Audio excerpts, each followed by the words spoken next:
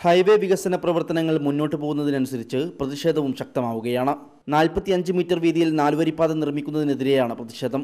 നിലവിലുള്ള 2 വരിപ്പാതകൾക്ക് 7 മീറ്റർ മാത്രമേ ആവശ്യമുള്ളൂ എന്നിരിക്കെ 21 മീറ്റർ വീതിയിൽ മീഡിയനും ഫുട്പാത്തും 4 വരിപ്പാതയും അടക്കം നിർമ്മിക്കാൻ കഴിയുമെന്നാണ് ഹൈവേ ആക്ഷൻ കൗൺസിലിന്റെ വാദം. 45 മീറ്റർ വേണം എന്ന് ശാഠ്യം പിടിക്കുന്നത് സ്വകാര്യ കമ്പനികളെ സഹായിക്കാനാണെന്നും ഇവർ ആരോപിക്കുന്നു.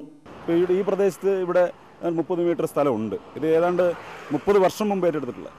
അപ്പോൾ ഇവിടെ 4 വരിപ്പാത നിർമ്മിച്ചിരുന്നെങ്കിൽ യഥാർത്ഥത്തിൽ ഇന്ന് കാണുന്ന ഈ ഗതാഗത പ്രശ്നങ്ങളോട് പരിഹരിക്കാൻ കഴിയുമായിരുന്നു. ഗവൺമെൻറ് ഇത് നിർമ്മിക്കാത്തത് മൂലം ഇന്ന് വാഹനങ്ങളുടെ സാന്ദ്രത വർദ്ധിക്കുകയും ഗതാഗത പ്രശ്നങ്ങൾ വർദ്ധിക്കുകയും ചെയ്തിരിക്കുന്ന ഒരു സാഹചര്യത്തിൽ ഇതിൻ്റെ എല്ലാം കുഴപ്പക്കാർ ജനങ്ങളാണെന്ന് വരുത്തി തീർക്കുന്ന രീതിയിലുള്ളൊരു പ്രചരണമാണെന്ന് അഴിച്ചുവിട്ടുകൊണ്ടിരിക്കുന്നത്. 1 കിലോമീറ്റർ 4 വരിപ്പാത നിർമ്മിക്കാൻ 6 മുതൽ 7 വരെ കോടി രൂപയാണ് PWDക്ക് ചിലവ് വരുന്നത്.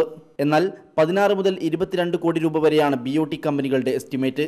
മുതൽ മുടക്കിന്റെ 40% സർക്കാർ ഗ്രാന്റായി കമ്പനികൾക്ക് ലഭിക്കുന്നു.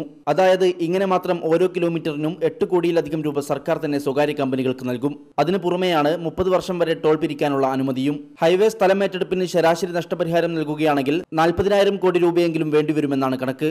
എന്നാൽ കേന്ദ്ര സർക്കാരിന്റെ 3,000 കോടിയും സംസ്ഥാന സർക്കാരിന്റെ 850 കോടിയും മാത്രമാണ് ഇതിനുവേണ്ടി നീക്കിവെച്ചത്.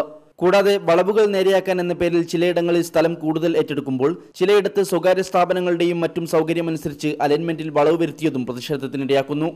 India Vision, Kasaragod.